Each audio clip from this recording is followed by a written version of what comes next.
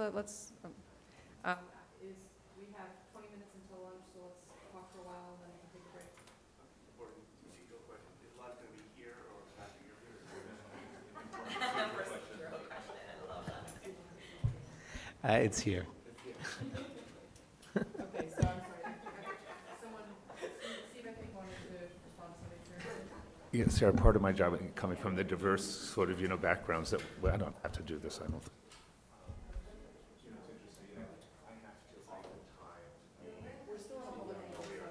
I frequently read loan write-ups from my peers. I'm sorry, I can't hear you very well. I'm sorry. I mean, you're right across the way from me. I, for CRA due diligence, read loan write-ups from many of my peers. And it's interesting that when buildings oftentimes have that tipping point where they're quote-unquote over-leveraged. Oh, okay. I think they quieted down. They're on occasion, and I think this is routinely done at some of our peer institutions, there is a line item for costs associated with buying tenants out. Mm-hmm. Now, and I agree, the law is the law, but it's also within an owner's right to offer money, which also throws a wrench in sort of to the works, or it's part of the equation, and it certainly was part of the equation in the latest round of whatever you want to call it, lack of a better description, over-leveraged sort of investments. And what many of my peers, I'm sure we'll hear later this afternoon, that there's also all this money flowing into these type of properties. So it's a little, Right. I agree with you, the law is the law, but people are smart enough to circumvent it. Good landlords will not. Can I bad stop for a lands- second? Yeah. I want to be careful. It's not circumventing the law in any way, shape, or form. In fact, tenant buyouts are in and themselves a very regulated, highly legal, there is a, I would say, well, it's definitely regulated, but there is also very strict laws surrounding how a tenant buyout gets recognized by DHCR to deregulate an apartment. Okay. It's a very, Is very. that your experience? I mean, Well, but the other I point I didn't know want to that. make, point I want to make is that it is consensual. This isn't, That's fair. there is absolutely, so I just want to be careful about statements like circumventing the law, because it's not. Fair. It's a consensual agreement Between two and parties. it's a very, very scrutinized, you can end up in court very quickly if you go about a tenant buyout in an irregular way. And even just DHCR recognize, and she could probably, because I'm not a lawyer, but DHCR, in order to even be recognized for and acknowledge a true tenant buyout, there are a number of things that you have to report to DHCR. My only comment as to that line item, it seems to me actually to be a reflection of the value that a tenant has in his or her rent-regulated lease. Because there is, I don't think, any other property interest that an individual can not have a fee interest in and yet be able to, in some instances, get over $1 million for a buyout. That's a huge, huge monetary interest that tenants have. Now, what I definitely understand with my colleagues across the table is that when there is a movement for tenant buyouts, you are then definitely getting apartments out of the rent regulatory system, no question. But in terms of looking at what that means, I think that you have to not just look at it as a tool being used to move apartments out of rent regulation, but look at it as, for better or for worse, what rent regulation is doing to create incentives, not only for owners, but to create extremely high values for tenants. I mean, there are many, many cases where tenants will agree to buyouts because they can then take that money and buy a house or buy a co-op or buy a condominium. No, you know, and better their life. And yet all they did was rent, you know, maybe 10 years ago, a rent-stabilized apartment at a very, very below market amount. Yeah. I'm not saying, I'm not If I may. creating I'm not saying it's good or it's bad. I'm just saying that it is an economic fact. Yeah, the conundrum for me is that we hear frequently from the owners and managers that they're running on such thin margins.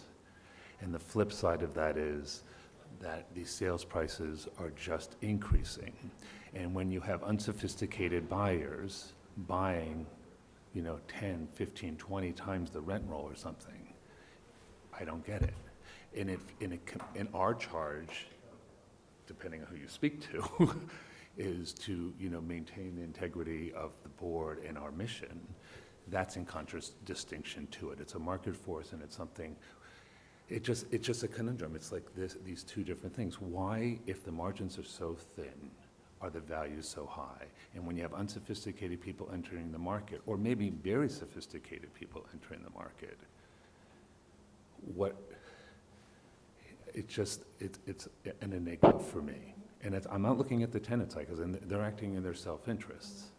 But for our charge to maintain the rent-stabilized stock in a responsible way, that's where it's a gray area for me. I can only say, my response is, to me, that's not a factor that should be relevant in determining what the appropriate increase is. Increase would be fair. Because, you know, we can't control those market forces.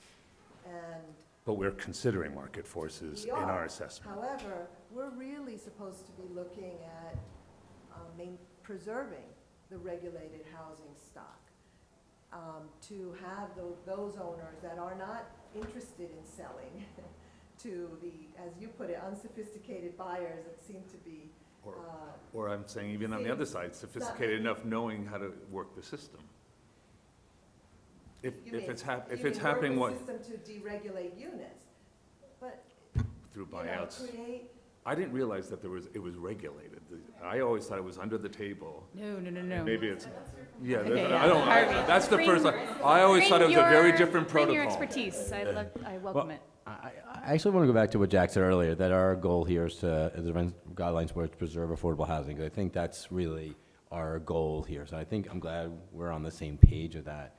I don't agree with you that it's a state issue that the state's deregulating units. It's owners who are deciding to deregulate units. They make a choice. If the rent exceeds a certain dollar amount, for whatever means they make those choices, are deciding to apply to deregulate the unit. No state mandate to deregulate it, no state requirement to deregulate it. They're making an individual choice to deregulate the units. So, I mean, I think it's really, there is state law that allows them to deregulate the units, That's not your point. but it isn't them, you know, in a vacuum being told you have to deregulate. It's a choice. Fair point. But I'm sorry, Harvey, I know you know that if the state makes it harder to deregulate, that's going to then create less deregulation. By the mere fact that in 2011, the state increased the income thresholds, increased the rent thresholds, you then had a direct impact in decreasing the number of units that were leaving rent regulation. So the state definitely has the ability to control deregulation. And I would argue, Magda, that I agree with you there, that the more disincentive we create to deregulate units, the better we are in our charge to preserve affordable housing. We don't control that. But we can't, but I would argue we have some control over that, because we set the rent guidelines for units all over the city that are rent stabilized. And if we look at buildings where there are large swaths of deregulated units, we can assess, like we do in SROs, if there's less than 85% of SROs that are not, in an SRO building that are not regulated, we've had a long tradition here of setting zero increases for those units. Not to say we're going to do it here, but we have the ability to distinguish between buildings that are fully rent stabilized And I like Mr. Silver's buildings, where there's, 80, 90% small buildings that are rent regulated, versus a building in the neighborhood where I live, where there's only one rent stabilized tenant left and they're holding on by their fingernails. We have the charge and the ability to distinguish that. We have the charge and the ability, like we've done in the past, to distinguish between, in the past we've said, well, the rents are too low. We want to do a rent supplement for those rents.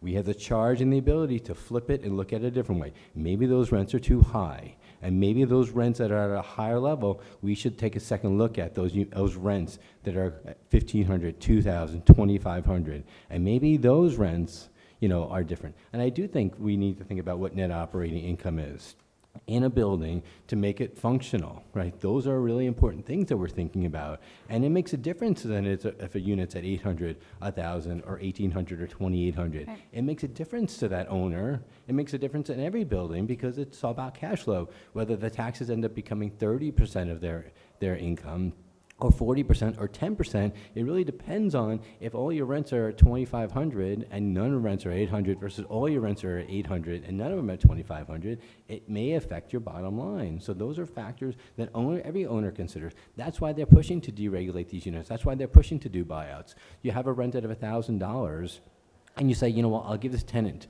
example of $50,000. My rent now, when I deregulate that unit, I'll be able to rent that unit out for $4,000.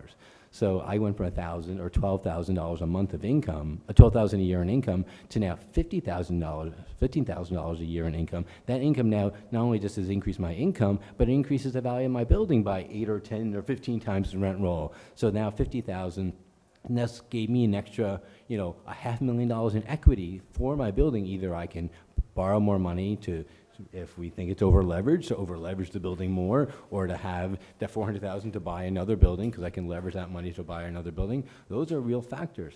And Sarah, on the issue about this regulated issue of tenant buyouts, I think it's the Wild West, personally. I've represented I could safely say that I've represented more tenants here on this board than anyone else has had. I've represented thousands and thousands of tenants in my legal career. And I've seen 98% of the tenants who go into housing court are unrepresented.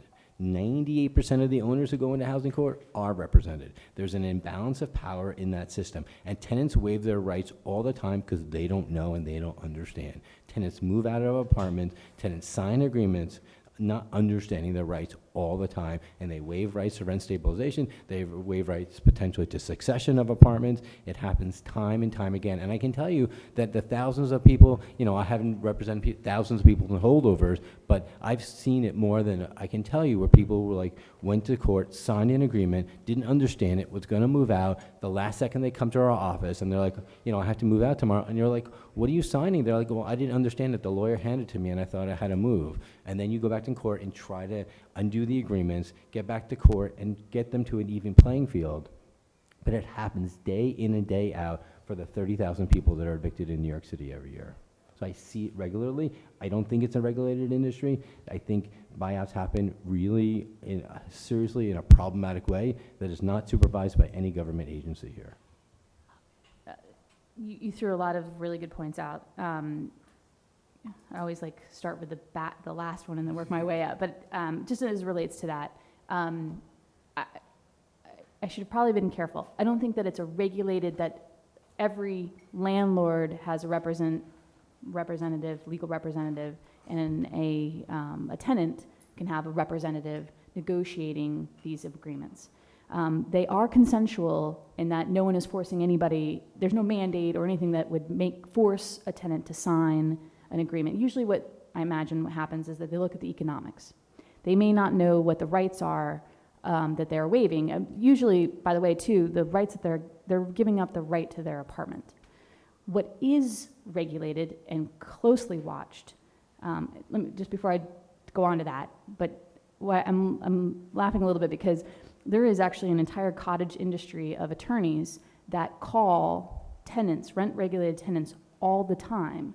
Just like there are owners, buyers looking for buildings, there is an entire industry in the legal profession that pursues tenants to, on a contingency basis, get a piece of that tenant buyout to represent them. So, there's predatory behavior on both sides, but the part that is closely monitored and is watched is how DHCR and everybody recognizes when a apartment becomes deregulated. That is not the Wild West. That has very clear specifics about how the buyout gets structured, how the buyout gets recognized, and how ultimately that unit comes off the rent roll of rent-stabilized apartments. So I actually agree with you about the Wild West. That's actually a great way to describe it. But in terms of, again, where we all sit, rent-stabilized apartments, there's another cottage industry that deals strictly with how something is on a rent roll as rent-stabilized and how it is taken off. The other thing I was going to say, the incentive, this deregulation incentive, it's funny, we end up saying the same things. We actually are often on the same page. It doesn't benefit the tenant side or the owner side to have malalignment of interests or mal-incentives for either side to game the system, because then collectively that becomes problematic. The having a building recognized as having deregulated apartments, and therefore you're saying that that is a subsidy for the rent stabilized apartments, that should be factored into our analysis. I would, again, my interpretation of this is that there's also an argument that you're then giving landlords incentive by us suppressing where our mandate is, which is the increases on rent stabilized rents.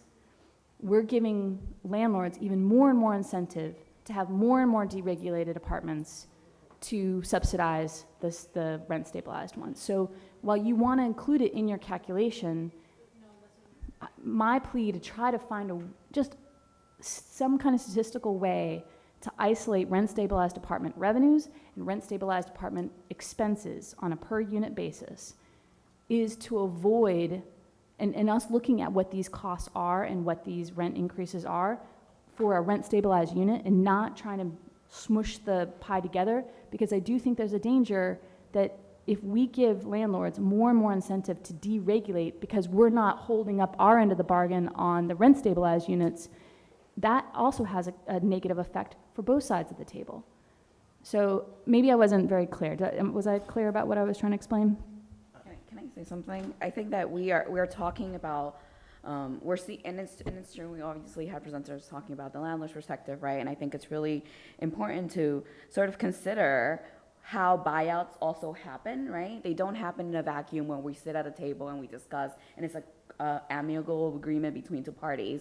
There are in many Brooklyn buildings and buildings in the South Bronx right now where we see lack of services, I will not make your repairs, harassment, and other things that come into play in order for that buyout to sometimes happen, for the tenant to even come to the table. And I think that it's true that there are many players out there who do the things by what the law says, and they're there to make a profit.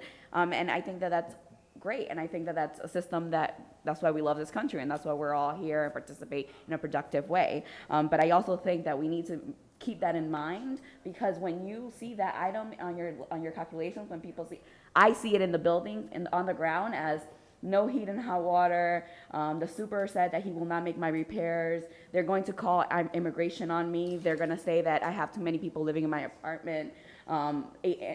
Section 8 will not get the right repairs. They won't paint. There's peeling paint. There's no window guards. They're saying they're not going to pay the rent. Therefore, now I have to figure out what I'm going to do to move it to another place, which most likely is going to be at a higher rent, because now you're going to have a vacancy increase. So this cycle is not just, are we deregulating? Are we just doing these things? It's kind of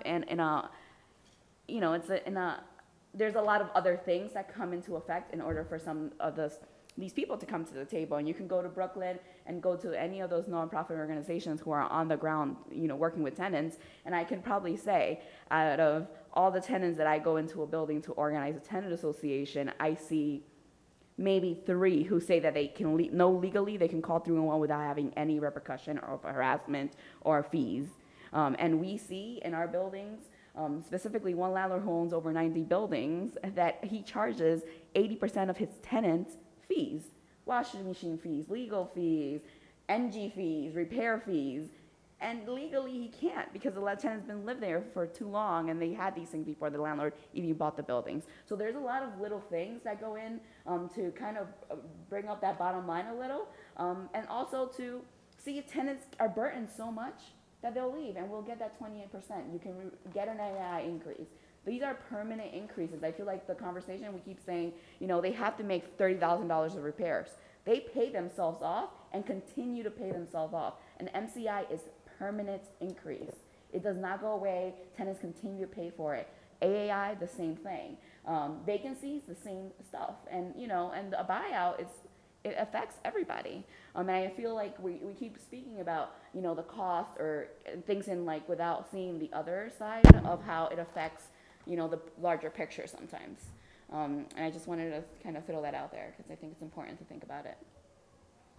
Can Those I are just very fair points. respond to one other thing you said? I don't really understand your argument. So, for me, if I'm an owner, right, and I am given an incentive to keep units rent regulated, let's say there's the landlord said they wanted a 6% increase for 1 year increases and 11% for 2 year, right?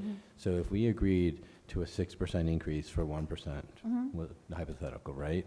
But we said, if you deregulate units, you don't get the 6%.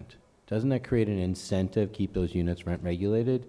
Because saying you only get that 6% if you keep at least 85% of your units rent regulated, like we did in the SRO context.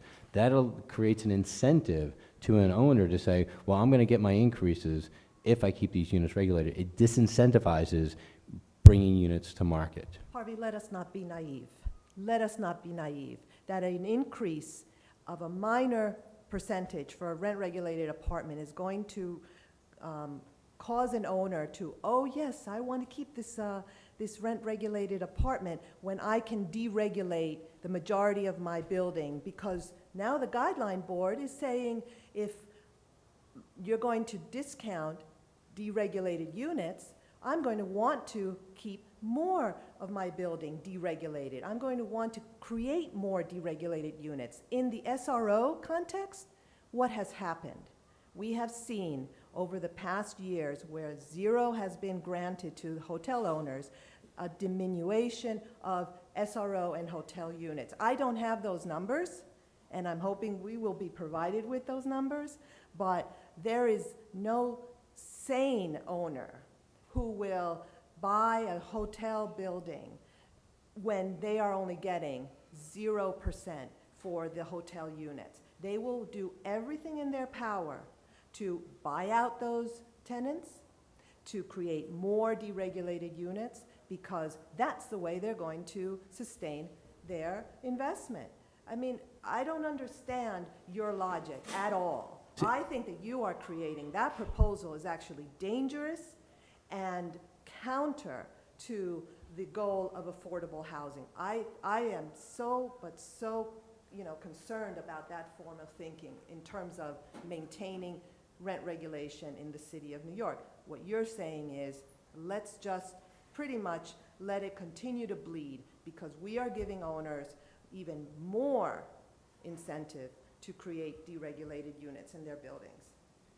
I guess, Magda, we just disagree on this because I really don't see it that way at all. And I see it through... We have it through empirical evidence just by looking at the hotel and the SRO. But actually, if we look at the empirical evidence on the SRO and hotels, I'd say we've stayed off loss of units because we've done zero increases.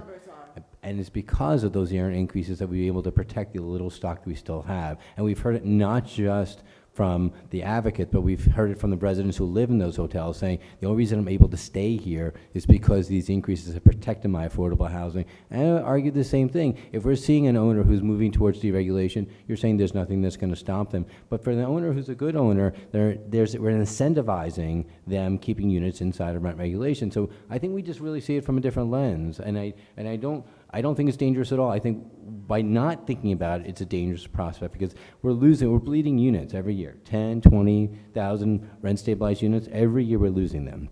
So Andrew has some. Okay, so it seems like from the discussion, there's some concern of including deregulated in the NOI. So about 73% from our, if you look at our changes report, over the course of deregulation, 73% is from Manhattan. So a large chunk of it's there. So in the INE, we report the NOI citywide, but we also report it by borough. If you go to each individual borough, less and less percent. So about 35,000 units. If you take away core Manhattan, 35,000 units are deregulated. So if you take out the Manhattan units, which I'm guessing, I have the numbers in front of me, actually. So if you take out Manhattan, according to the last HVS, How many are in there's Manhattan? roughly, No, he said outside of Manhattan. How many are in? outside of, how have been many- deregulated outside of Manhattan. And how So, many inside of Manhattan? 80,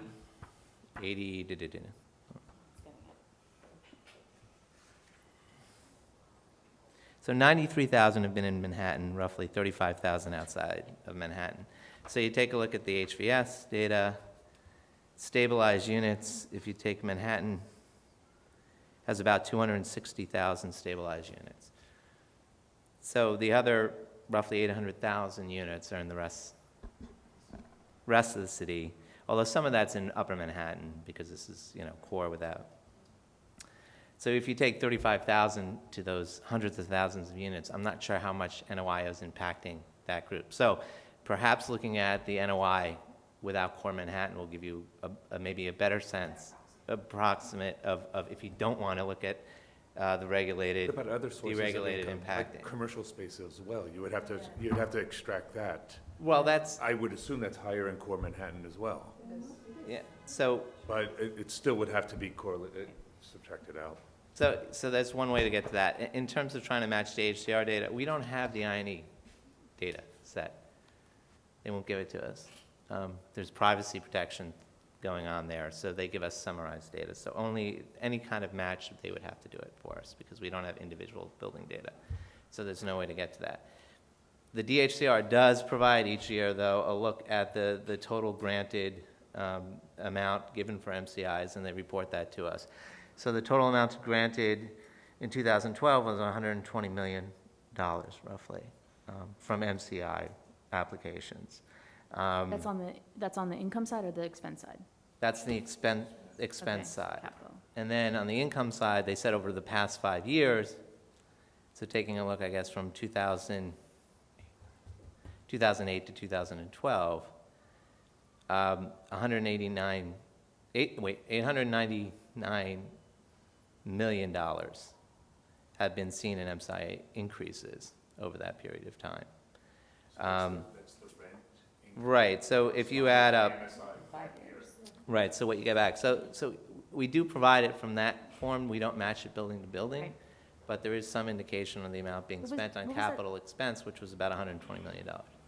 Tell me, how much was that, I'm sorry? 120 million was spent, or approved by DHCR Okay. in 1 year, and then It's less than the total amount applied for was 168 million, so if you want to look at total capital cost, 168 million was applied for, but 120 million of that was granted as MCIs. So maybe the 168 million is more of what was spent on capital. So there is information there to match it to buildings, though. We'd have to put in a separate request. I'm not sure if we couldn't get to that this year, but maybe Right, something no, in the future. and I'm not imagining that we're trying to reinvent the wheel, particularly not for the marathon month that we have coming up, but just in general, maybe, I mean, I'd love it if the board maybe had a discussion of how statistics are presented, or maybe it's not just about making our team work harder, to extrapolate the data, but rather the way in which we ask for the data from these agencies. And I understand the privacy issues. Maybe they can do some of the legwork for us before they present the data. They would have to, in that specific instance, they would Right. have to do it, because we can't match it ourselves. Right, and So- that's fair, especially because there are privacy issues. And it is that, particularly the DHCR information, that has tenant name, has, everything. So that's not something that we should all be privy to, but maybe in which what we ask these agencies, how they report to us, maybe we can give them a little extra homework So would you guys be okay with maybe in addition to us talking about the rent increases, maybe even having some additional ways to skin the cat in terms of the numbers being reported? And it's not just for DHCR and rent stabilization, it's also for some of the things that you raised and how the numbers were presented. I mean, I think we should look at recommendations for all of the reports that we receive. I also, I feel like there's something where and this is obviously the tenant advocate in me, that it's like urges to think about. So if you have an RGB increase where you get, let's say last year, 4% for 1 year lease, 6% for 7.75 for a 2. And then all of a sudden, the tenant who is coming in, the market does not allow you to collect that rent. And so you are actually giving a preferential rent. And I feel like we hear about how people who live in rent stabilized units sometimes are millionaires. I haven't met a single one. And so I feel like if we really look at what landlords are telling us, that they actually give lower rents, increases in rents that they can't collect just doesn't, like, I cope with like trying to figure out how does that help the landlord, right? So if you can legally collect something and you know that the market doesn't call for you to collect that, that increase just is not there. And so you are giving preferential rents time and time and again. And I've seen rent histories where, you know, the rents are $2,000 and the landlord has been collecting under $1,000 for 10 years. And so how does these increases affect those landlords? And it could be that, you know, I am in a market right in the South Bronx, and we work all over the Bronx. And so I'm trying to think if we see that across the boroughs. Is there any way to present any data around what is actually I feel like we did see some numbers. And so, like, you know, looking at that, I think it's also good for us to think about when we hear we need these increases, to think about if you can't collect the increases, how needed are they, and how does that serve the landlords who are, you know, for small units, who are, you know, maybe, you know, they own a one, you know, versus someone who owns 1,500 units and who is a predatory company, right? And so, like, thinking about that, I think it's important in our, you know, in our decision, because those numbers are real. And I feel like when we hear these things about income, and then we're not putting it together with what they're actually collecting, I think that, you know, you can have an apartment for $1,700, which I see all the time, and they can't collect that. The conditions don't merit, the market doesn't merit it either. And so how does that help their income really, if the market is not calling for that? Yeah. I mean, again, we do have the data of what's collected versus what's the legal rent notice, and I'm sure Magda or Sarah can explain why the landlords might wish to have a legal rent that they can collect even if they're not collecting it. I can certainly address that, I just can't right now. Oh, okay. But I think, you know, Shayla makes an excellent point, and anyway, I think that's definitely a valid issue. I'll be very happy to address it in our next meeting. So you have to take off? I do, I'm very sorry. No, not food, food is related. Andrew was like rolling over to the thing. And Andrew, can I ask you a question about those numbers, about the deregulated units? What period of time is that from? Okay. Since deregulation started. So these are, and this is what HCR lists as the number of deregulated units? That's where the data? Most of the data is from DHCR.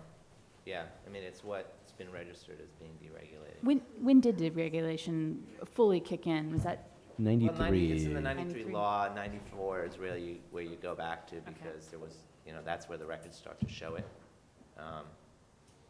But it's a floor because it's not, there was a period there where owners weren't required, and they really aren't in some senses, I guess, now, but they're supposed to register now, but that wasn't, I think, initially part of it. It was requiring to tell DHCR that they're deregulated initially in the beginning.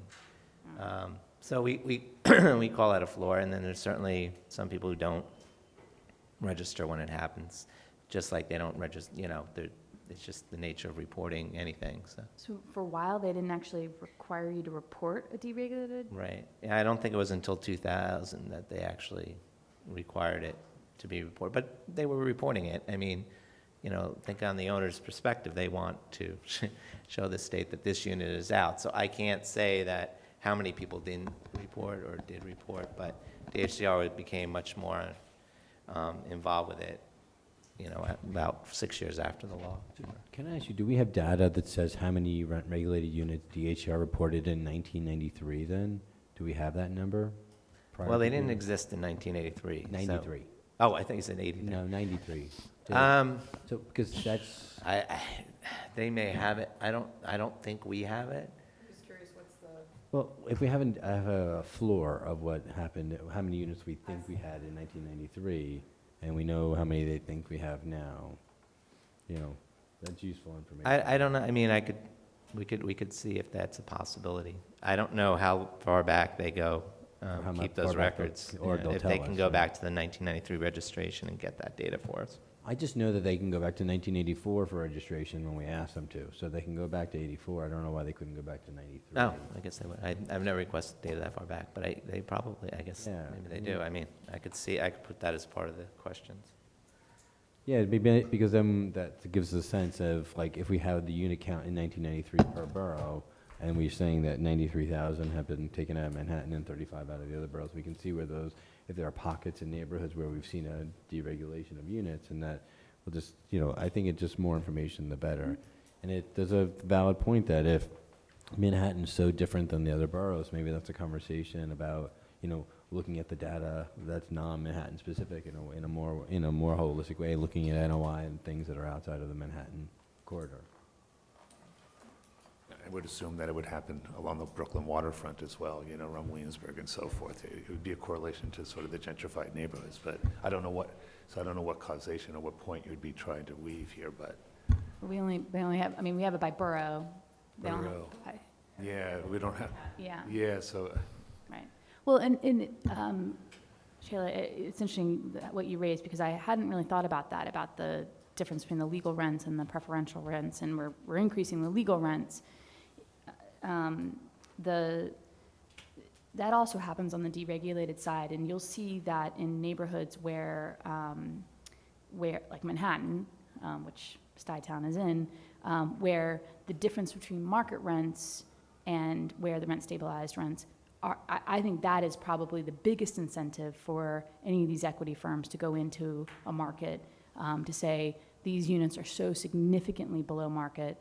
And that actually informs, by the way, when you're doing the calculus, that informs the value of the buyout in many ways. So when a landlord figures out, how much they can afford to pay a tenant and try to negotiate for a tenant to leave, that's because the spread between their market rate and what they're currently in is significant enough that you can monetize that. Right. Right. But it's interesting. There's a folly. This is just like an anecdotal story. This is no statistical fact or anything like that. But there was a folly investment strategy in the last real estate boom where private equity was looking at buying up portfolios of rent-stabilized buildings with a business model of deregulating. They had incentive to, or they had pro forma to deregulate 10% of the units per year. And these are the things you're talking about.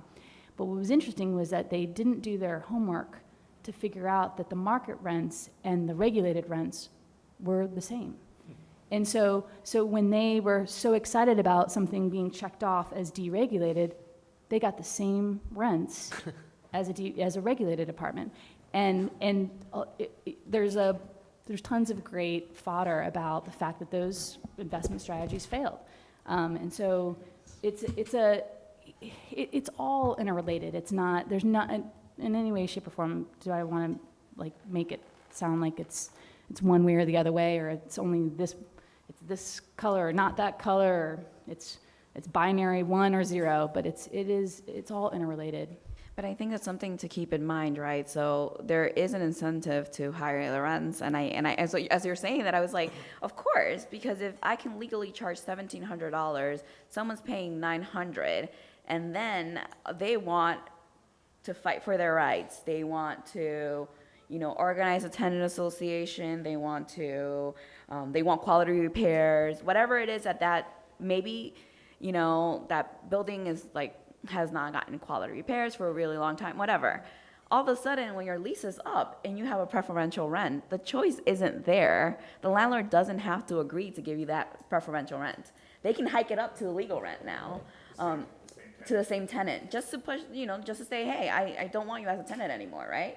So they do get that 20% increase when that tenant moves out, and they, on top of that, can start charging a little bit more. Maybe they can't get a lot more from the market rate, but they now have 20% legally more, maybe an RGB increase there, depending on when it is, you know. So it's like there is, you know, and then that gets me into, so if it's not if it's deregulated and they can't collect the rent, then, you know, For not. yeah, it's just like I don't necessarily. I mean, there's also the other consideration, which is we go back to Jack's books, right? And a deregulated unit isn't governed by Jack's books anymore, right? So a deregulated unit is a market rate, so there aren't the eviction protections that exist under rent stabilization. The lease is up, and the tenant is a tenant organizer and organizes the tenants to do a repair case against the owner. We like, oops, we decided we're not renewing your lease, and goodbye. You know, thanks for organizing the tenants. You're not here anymore. So there's financial incentives to deregulate a unit, and even if there aren't financial incentives, there might be other incentives in place for an owner to deregulate a unit that, you know, that good landlords don't care about, but landlords who are private equity companies or landlords who, like the Pinnacles of the world, who brought 3,000 non-payment cases on one day against tenants in their buildings in Washington Heights and Inwood, would care about, because there's a way to divide the organizing efforts of tenants in their building. I mean, these are all very big, I mean, these are big social issues in the way in which this structure, and Magna and I have had many conversations about this. What's unfortunate is that the way that this, it's so well-intentioned, the rent stabilized, the doctrine, the thought process, the laws. It really does have, I think it was intended to have both the tenant and the landlord in mind, to try to create a smoothing effect of rents in a marketplace that's super, super volatile. Like an example is that like any company that's public will try to smooth out their earnings so that you don't see the way that they're valued is on their earnings. And so when you have tons of volatility in any given quarter, in any given year, it's easier to digest, almost like a straight line. And from a market standpoint, I understand that you're trying to get rid of those peaks and valleys to hopefully create a more harmonious housing stock for both landlords and tenants in a vacancy crisis. Unfortunately, there are these social issues, the disincentives, the incentives, all of these things that create a polarized effect. And I never really looked at rent stabilization as deeply as I have now that we're involved in this, but it is really interesting to see all the social issues, both sides, that impact how these decisions get made and how they manifest themselves in the actual rent stabilized market. So it's very complicated. This is a very hard job. I just want to tell you all that. You raise a lot of good points, Sarah. And you too, Harvey. And you too, Sarah. We still have a marathon month. I know. That's okay. All right, well, should we take a quick break and then hopefully lunch will